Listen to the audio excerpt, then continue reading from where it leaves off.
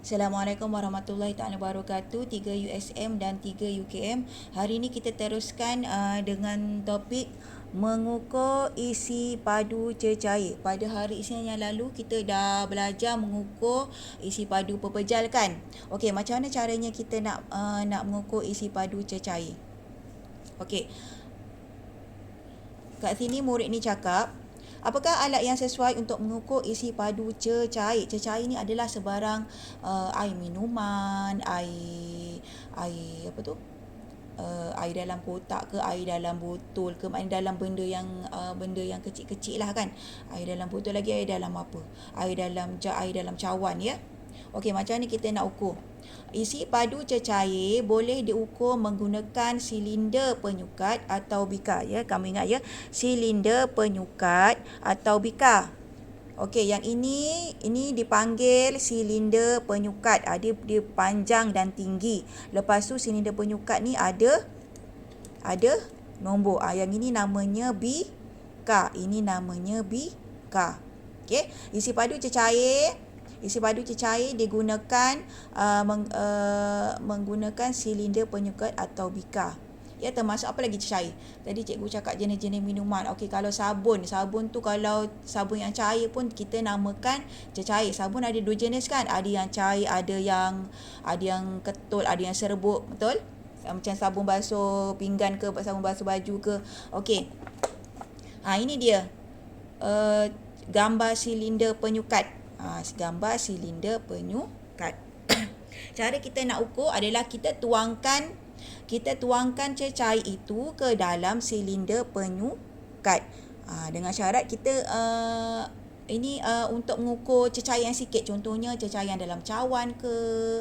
Yang kalau kamu nak ukur cecair dalam kolah, kamu tak bolehlah guna benda ni. Ini untuk cecair yang sikit saja. Okey? Caranya macam mana? Caranya yang pertama, kita tuangkan sahaja cecair itu di dalam silinder penyukat. Bila dah tuangkan silinder penyukat, kita cara nak tengok pun kena betul. Ini cara yang betul. Cara yang betul, mata kita mesti sebaris dengan sebaris dengan apa? Dengan cecair itu. Cecair itu berhenti kat nombor berapa? Maknanya sebaris.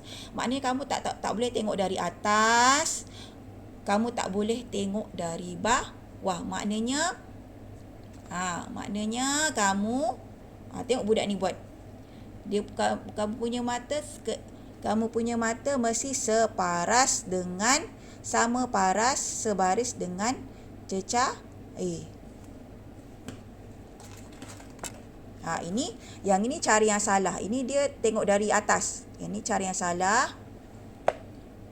Ini bukan separas tau. Cikgu silap. Yang ni dia tengok dari bawah rupanya. Dia tengok dari bawah. Ini pun cara yang salah. Ini cara yang betul. Mata kamu mesti separas dengan cecair. Baru kita mendapat ukuran yang tepat. Okey. Ada satu perkataan sains iaitu meniskus. Meniskus ialah permukaan cecair di dalam sesuatu bekas yang kelihatan berkeluk. Maknanya kalau kita masukkan dalam air dalam silinder, dia akan macam ini tahu. Dia macam kat tepi ni macam ada satu, dia macam apa namanya? Dia ada belok sikit. Itu namanya meniskus. Yang ukuran meniskus tu kita tak boleh kira lah. Kita kena ikut betul-betul, ikut garisan itulah. Garisan apa tu? Garisan senggatan ni. Okey, itu caranya nak mengukur permukaan cecair. Okey, cikgu ulang balik semula. Cecair kita kena gunakan silinder dan penyukat. Kemudian caranya adalah mata sebaris dengan cecair. Okey. Seterusnya kita macam mana pula nak ukur isi padu pepejal tidak sekata. Isi padu pepejal tidak sekata. Yang tidak sekata yang sekata tu contohnya yang bentuknya macam kotak, tak kisahlah kotak besar, kotak kecil, dia rata je.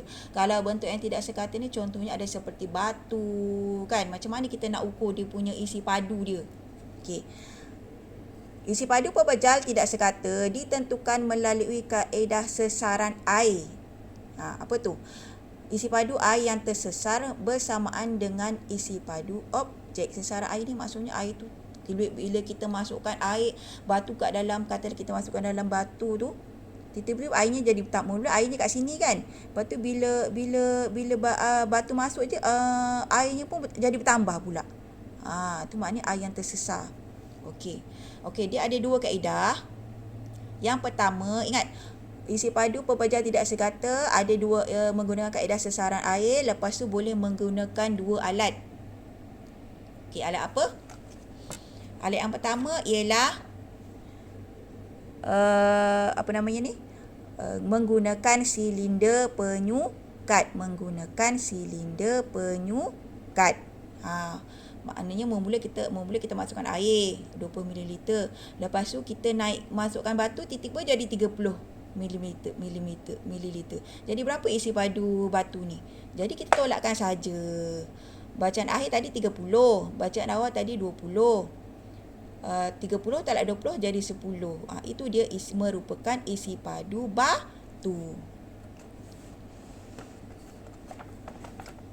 Okey, kaedah dua ialah menggunakan tin Eureka.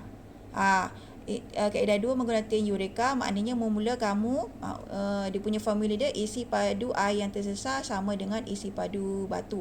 Maksudnya mula kamu masukkan air. Lepas tu kamu masukkan batu, airnya pun terkeluar di sini. Ni. Dan masuk silinder penyukat, terus dia ada ukuran. Tak payah nak tolak, ada ukuran. Jadi kita cuma baca saja ukuran batunya di sini.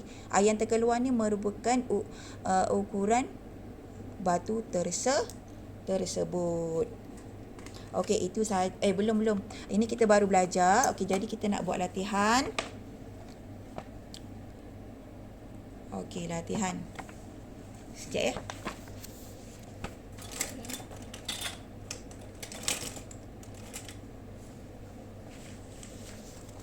Okey. Sudah tulis jawapan dia, siap.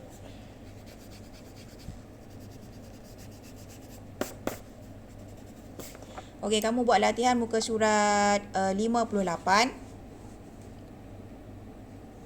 Kaedah mengukur isi padu, kamu tulis tarikh hari ni 25 hari bulan 6 2021. Okey.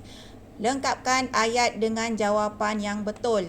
Tadi kita dah bincangkan semua cara untuk mengukur isi padu kan.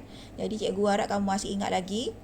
Okey, saya ingin mengukur isi padu kotak lohong. Saya boleh menggunakan apa? Kotak lohong hari tu pun kita dah belajar, hari Senin hari tu cikgu dah cakap menggunakan kaedah apa. Pilih jawapannya di sini. Okey. Okey, yang kedua, saya ingin mengukur isi padu air kotak. Isi air kotak ni biasanya berbentuk cecah.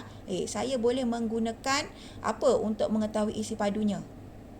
Saya harap kalau kamu tak ingat, kamu ulang balik video yang saya yang tadi tu. Maknanya yang sebelum ni kamu rewind. Kamu patah balik ataupun kamu boleh baca buku ya. Saya ingin mengukur isi padu batu. Saya boleh menggunakan apa dan apa. Cikgu tadi dah terangkan ada dua kaedah untuk mengukur isi padu batu.